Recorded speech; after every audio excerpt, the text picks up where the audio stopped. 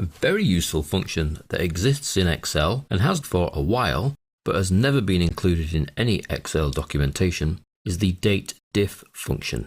Now the Datedif function allows you to calculate the difference between two dates and display them in whatever format you're interested in. So whether you want to display them in days, in months, or in years. Just before we look at the Datedif function, I'd like to show you one other function that we're going to use, and that is the function to get today's date. So in the second sheet of your employees working file, which is called today, we can get today's date by doing a keyboard shortcut, which is Control and semicolon.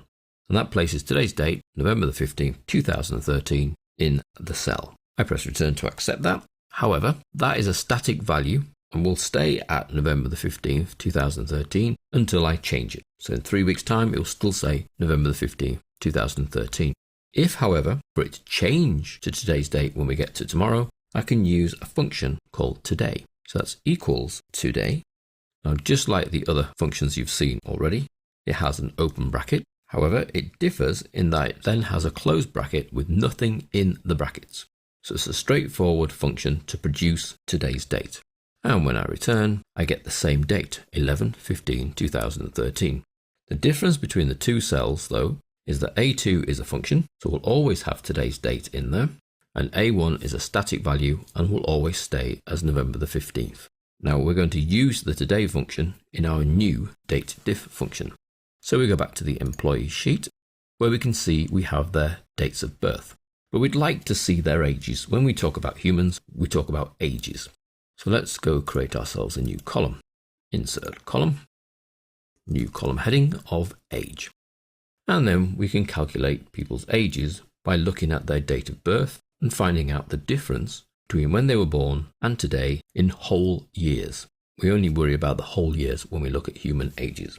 So the function is equals Datedif, open brackets. Now you'll notice that because this is not officially a supported Excel function, nothing appears when you open the brackets, whereas when you create any other function, when you open the brackets, it gives you the criteria that are required. Now you have to know the criteria. So the criteria are actually 3 steps. The first part is the oldest date, which is going to be the person's date of birth, which is E2. Then comma.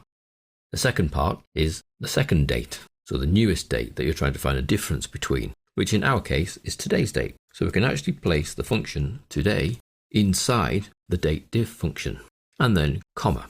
So we're actually asking it to find the difference between E2, which is the person's date of birth, and today's date, but we need to tell it which part of the date we are interested in. Well, we're only interested in the year, so we put a little set of speech marks, Y, and another set of speech marks, and then close brackets.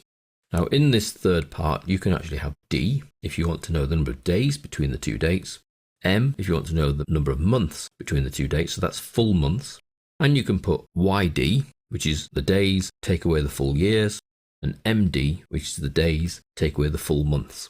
So it's sort of the remaining days once you take away the months.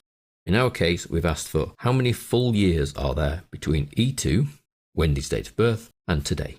When we press return, it tells us it's February 16, 1900.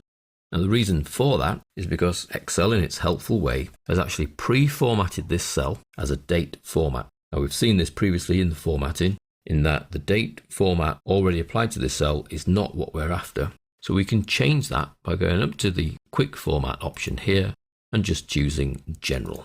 And you can see that it tells us that Wendy is 47. I can then replicate this formula to the bottom, double click on the little fill handle, and it then, as all functions are relative, works out the age of each of our employees.